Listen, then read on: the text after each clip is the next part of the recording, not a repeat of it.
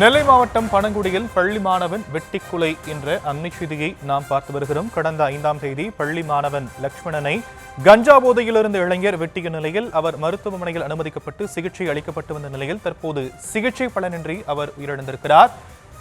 ஏற்கனவே அந்த இளைஞர் கைது செய்யப்பட்டிருந்த நிலையில் கொலை வழக்காக மாற்றப்பட்டு அவரிடம் விசாரணை நடைபெறக்கூடியதை அண்மை செய்திகளாக பார்க்கிறோம். விவரங்களை நம்முடைய செய்தியாளர் பூபதிராஜ் வழங்க நாம் கேட்கலாம்.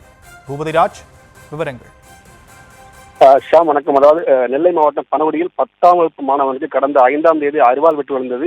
அதாவது கஞ்சா போதையில் அந்த மாணவனை அரிவாளால் வெட்டிய குற்றவாளி அன்றைய தினமே பனகுடி போலீசார் கைது செய்திருந்தனர். அது நெல்லை மாவட்டம் பனகுடி அரசு மேல்நிலைப்பள்ளியில் 10ஆம் வகுப்பு படித்துக் கொண்டிருந்த மாணவன் லட்சுமணன். இவர் கடந்த 5ஆம் தேதி அன்று பள்ளிக்கு செல்லாமல் அவரது நண்பரான சபரிராஜன் என்பவரது வீட்டில் சென்றிருக்கிறார். அங்கு சபரிராஜனுக்கும் லட்சுமணனுக்கு இடையே வாயு தகராறு ஏற்பட்டிருக்கிறது.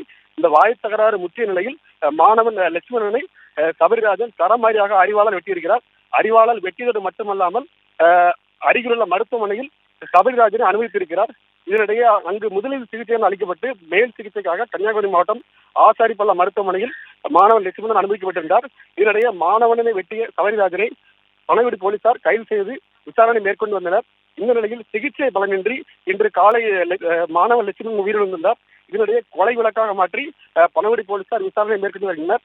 மேலும் இது குறித்த விசாரிக்கையில் அரிவாளால் வெட்டிய சபரிராஜன் போதை போன்ற வசதிகளை பயன்படுத்துவதாகவும் கடந்த 3 மாதங்களுக்கு முன்பு அவரது உறவினரான அருகிலுள்ள உறவினர் ஒருவரை தரமாரியாக அரிவாளால் வெட்டியிருக்கிறார். இதில் அவருக்கு 29 தையல்கள் போடப்பட்டு இப்போது அவரும் நலமுடன் இருந்து வருகிறார். இதனிடையே தற்போது கொலை வழக்காக மாற்றி விசாரணை மேற்கொண்டு வருகின்றனர். ஷாம், தற்போதைய விவரங்களுக்கு நன்றி பூபதிராஜ்.